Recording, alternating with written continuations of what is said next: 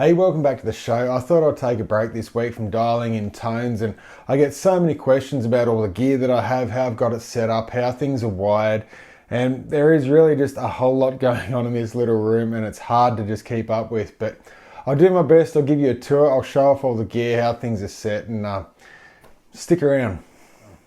I guess this is the part of the room we'll just start with. You guys don't get to see too much. I've got my two lights. I record pretty much everything on iPhones, and you can see I just make up little iPhone holders and mirrors just so I can see the aim correctly. It's a GoPro 11 that I've been using just for all those wide angle shots. I've got other GoPros down here. That's the Focusrite Claret 2 Pre that I use, the USB. The monitors I've got here are M Audio BX5s. I don't really use them that much. I much prefer the headphones. And for headphones, I've got the Roland, the RH300s. I think they're really cool. It's a beautiful long cable that goes there, and they just don't seem to break. They just last forever. And for Christmas, I got the James Headfield Messenger book, and I'm sure many of you know all about it. It's just full of all his favourite guitars. They've been documented, and he writes stories about them all. It's so inspirational. It's everything I grew up with. I absolutely love it. I just keep reading it. And this is my Charvel Jody Planner guitar. It's a really cool guitar. I pretty much use it every day. It's the one I take to work and practice with. It's really stable, stays in tune. I've put the Duncan Distortion SH6 pickups in it, and they just absolutely sound fantastic. It just really matches the whole guitar.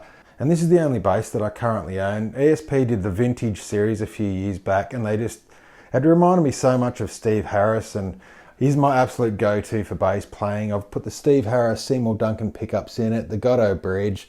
It's just so cool. It's got the flat wound Steve Harris strings on it. They're so heavy, it's hard to play. Then above my bass, I've got my plaque for the 100,000K subs. It's humbling for me. It was forever in the making, but there it is. It comes over to the Creature of the Black Lagoon poster. This is a kick-ass movie. I just loved it, and it looks really cool in the shots on the wall. But down here we've got my cabinet and everything. This is meant for holding two different amps. I made it out of ply, painted it black, put like an aluminium fascia on it with Velcro and holes all through it just so I can run the different leads and things through and route it, and it looks good on the cameras. It was just super simple. It was just an idea that I had. Next we get to the 5150. I absolutely love this amp. This is the 6L6 version. I've used it in loads of videos. You guys all know. I've got one of my Torpedo Captor X's. This is the one that's always on in all the videos. My Stringjoy strings, those guys are awesome.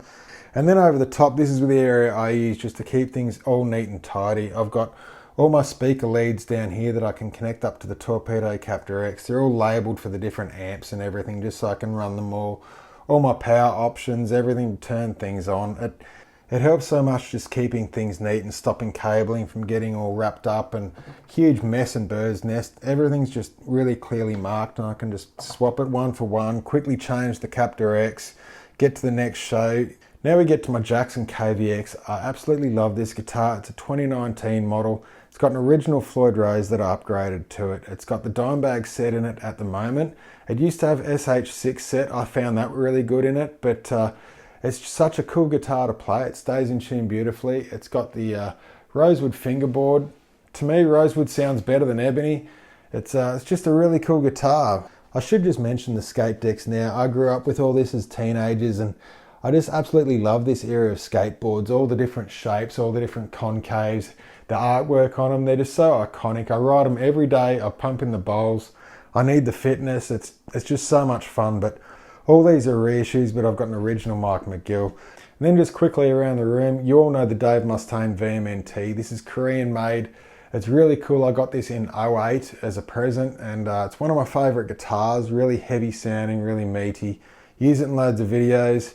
The Alexi 600, you know all about this. It's had so many paint jobs over the years. It was the Thrasher. It was, it was black. It was like a Kerry King style thing. It's a fantastic guitar. I set it up. It stays in tune beautifully. That's 3-piece maple neck, ebony fingerboard. Really cool guitar. And then we get here. This is my actual favorite. This is my Japanese RR5. I've done so many videos with this. It's an '07 model. You can see by these pictures, they're totally inspired by the James Hetfield book. I just really wanted to show off my favorite guitar for you guys. It's the guitar that I use pretty much as my yardstick guitar, just to test the tone of an amp or see how things are working. It stays in tune. It's just beautiful to play. It's got the right perfect neck. It's it's just really cool. It's just got all the ingredients, all the controls and hardware. They're just getting so old. The plastics are breaking and falling apart, but it's just a really cool guitar. And now my amp rack. Look, I'm a qualified sheet metal worker by trade, and this is just something that I just really wanted to design and build and have it really functional, work with all the amps, be able to swap things in and out.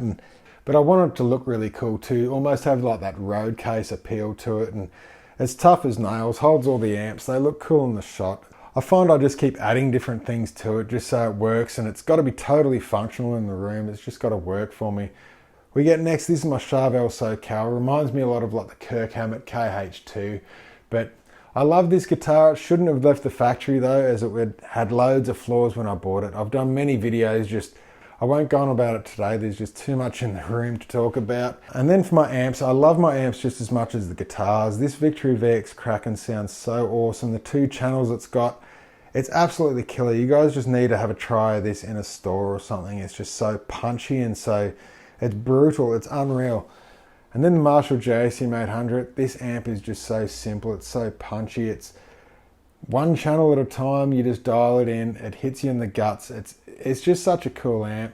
The Orange Supercross 100, this is a cool amp, it's got a great tone, it's solid state, meant to sound like valves, but I think for the same price pretty much as the Marshall DSL, the DSL absolutely destroys it. It's got so many more tones to add, so much more versatility. This is a fantastic amp, guys. So many of you have it for a reason, and I've done like 26 or 28 videos using this amp. I'm going to do more. It's a really cool sounding amp. It's not as punchy as things like the JSM 800 or the Kraken. It's missing the same power section as those two. It's not in the same league as these, but it's absolutely cool all the same. You get some great distortion. And then the Mesa Mark 525. It is a cool amp, don't get me wrong, but the cost that these things are in Australia, it's not worth it. I would have a JSM 800 any day, but it's cool to have in the collection. It was meant to be the god tier of amps that I was looking for in the Holy Grail, but it wasn't. It's cool, but it's not the Holy Grail. It's an unreal amp, but overrated, but I still love it. And then lastly, we've got my Marshall 1936V 212 cab. I've got my homemade microphone stands that I've made with the SM57s on top. They're not even plugged in, but they look really cool. Then on top, we've got the homemade pedal board rack, and this is made exactly the same way as the amp rack. I just wanted something built in the same fashion, mount all the pedals, they look really cool, and I think it's cool. It's definitely very cool. They all just sit there at the angle, and I just sit and stare at them. I just love all the pedals. I love all the gear. I love the guys building them, just put so much effort into it, and I just really wanted to show off all the pedals in the videos. Even when I'm not doing videos on them, I just wanted to show you the pedals that I love, and they make up a huge part of my tone and part of the show.